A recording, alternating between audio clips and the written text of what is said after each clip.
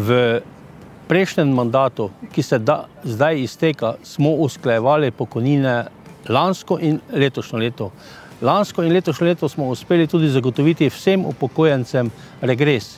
V prihodnje želimo, saj smo že vložili zakon o usklajevanju pokojnin, da popravimo krivice za preteklo obdobje v 4 letih.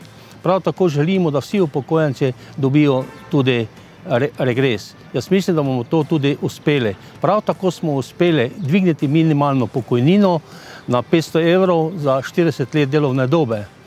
Pričakujemo, da bomo v prihodnje uspeli urediti tudi minimalno pokojnino, ki bi naj bila nad pragom revščine, istočasno pa želimo dvigniti tudi minimalno plačo, kajti če bo minimalna plača večja, bo več prispevkov plačano v pokojninsko blagajno in če bo več zaposlenih, bo tudi več prispevkov v pokojninsko blagajno. Seveda to pomeni, da bomo lažje izplačevali tudi večje pokojnine.